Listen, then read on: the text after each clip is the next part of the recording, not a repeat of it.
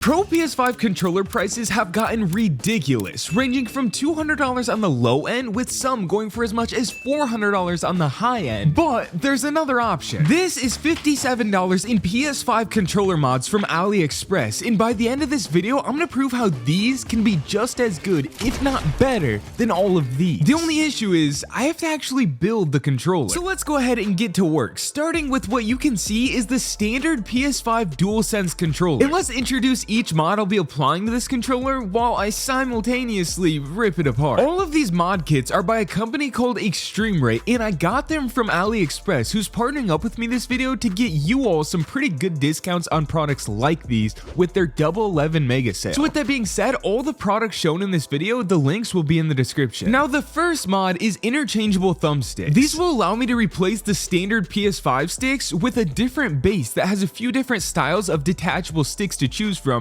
based on my preference. The next mod I'll be installing is the whole clicky kit, which replaces the typical membrane mushy press of the buttons with tactile clicky presses. This will affect the D-pad, the 4 face buttons, and it also adds 1.5mm mouse click triggers as well as clicky bumpers. The third controller mod I'll be adding is a split D-pad, which just separates the buttons instead of them all being one piece. And the final controller mod I'll be installing will be the Rise 4 Remap Kit, a mod that adds 4 reprogrammable back paddles along with a textured or grippy back shell. Now all of these sound good, and we'll have to wait until later in this video to try them and see if they really are good, but as you can see, the installation is a process. To put on each of these mods, the controller has to come completely apart, and it can be pretty scary to do something like this. But Sony did a pretty good job with building this controller in that they made the parts pretty easy to understand. I also thought this process was pretty fun and actually pretty useful. Like if you're really into gaming and technology, it's a pretty cool way to see how the parts interact and really gives you a deeper understanding of your controller, which could actually turn out to be useful in the future. If something on your controller does happen to break, you kinda know how the parts interact and might be able to fix it yourself. Now of course, you couldn't do something like this without a tutorial, so throughout this entire thing, I was following 2 different very in-depth tutorials step by step. And that's really the key with installing these mods, because while I wouldn't necessarily call this installation easy, it's very doable for the average person if you are very patient. I don't want to spoil anything, but from start to finish, this took me somewhere around 4 hours to complete. So with that being said, if you get angry and impatient easily and have a hard time following a tutorial, just know that you're dealing with some small parts and it is possible to mess up your controller, which sort of defeats the whole purpose of this being a budget pro controller. But this build is coming to an end and it's looking great. From disassembling the controller to installing the new sticks, installing the new D-pad, this super intricate process of installing the mouse click triggers, putting on the new clicky face buttons, and of course installing the 4 back paddles and back shell. This is the result, the $57 Pro PS5 controller. Now let's check it out. And after something like 4 hours of building, we took the standard default PS5 controller and turned it into this. Now before I connect this to my PS5 and actually try it in game, let's run over every change that I made, starting with the interchangeable thumbsticks. Now this is a feature you'll see on most pro controllers. You can just pop the stick cap or the entire stick off and they'll come with 3 to 6 different replacements. However, typically for a standard controller, the only way to change your stick's height or feel is to get something like a control freak, which I mean isn't a bad way to do it, but this is cheaper and you get more options and it just feels way more premium. I mean, to be able to switch out your sticks with multiple different options on a default controller is pretty insane, especially because of the fact that I think this entire kit is less than one of these control freaks. The next easiest and cheapest mod of all of them is the split D-pad, and this is a feature I think I've only seen one other pro controller offer, and while it's very minimal as to what it does, it can actually be pretty useful because like I said earlier, even if you try to click one direction, sometimes a different direction will register because they're all connected. So splitting them up changes that, plus it adds a pretty cool look to the controller. And now the most premium feature on here, but also the hardest install of all of these mods for sure, is the whole controller clicky button kit. Now again, this feature exists on other controllers,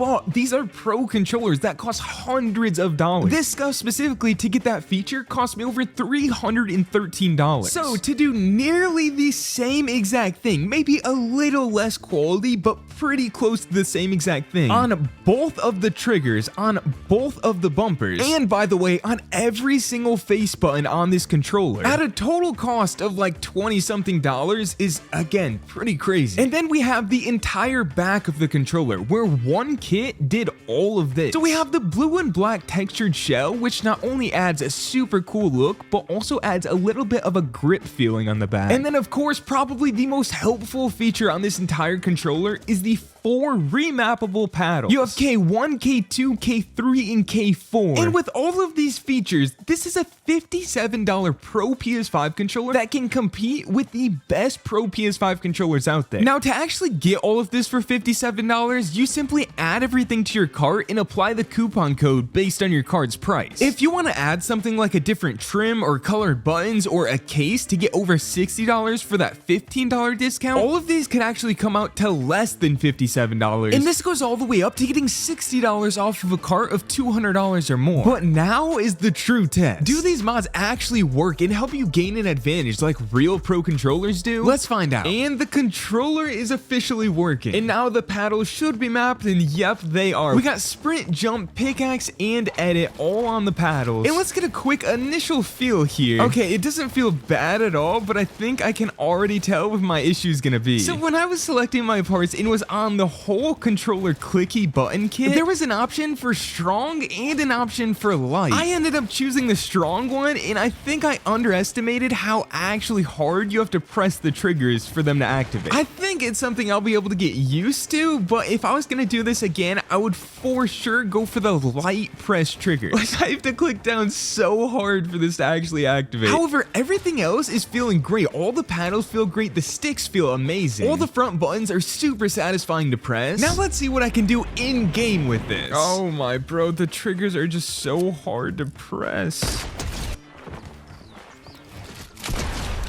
Okay, that one wasn't as bad. So as far as the paddles go, they're perfect. It's literally just the triggers that are throwing me off. And for context, this is a very similar controller that I built last year using basically the same parts. I put on the same back paddles kit, but I didn't put on the interchangeable thumbsticks, and I put on a different set of grips. However, this is using the light press triggers, and as you can see, it makes a pretty big difference. With the light press, I can actually build and edit properly and be perfectly fine.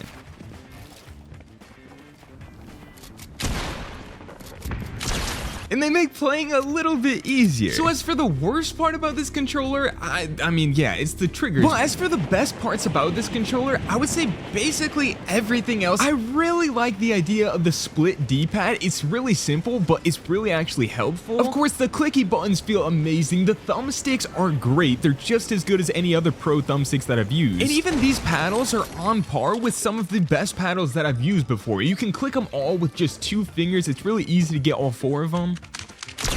Bang. If you were wondering if this works on an actual PS5 console, it does. Wired or wireless, the mods don't affect it, and it feels just as good. So this truly is a great way to get a pro PS5 controller. Just remember, go for the light triggers, not the heavy ones. Again, with the AliExpress Double 11 Mega Sale, they have the biggest discounts of the year happening right now, and you simply use these codes shown on screen to save big. AliExpress has completely free shipping, as well as a return policy, and better choices at better prices. I mean, you can even buy your whole PS5 console from there. That's where mine came from. They have absolutely everything, and you can even download the AliExpress app and enter the dollar challenge for a chance to win $3,000 in shopping credits or $10,000 in flight credits, which is insane. Again, the links to all of this is in the description. Let me know what you think of this controller, and thanks a ton for watching, as well as thanks to AliExpress for sponsoring this video.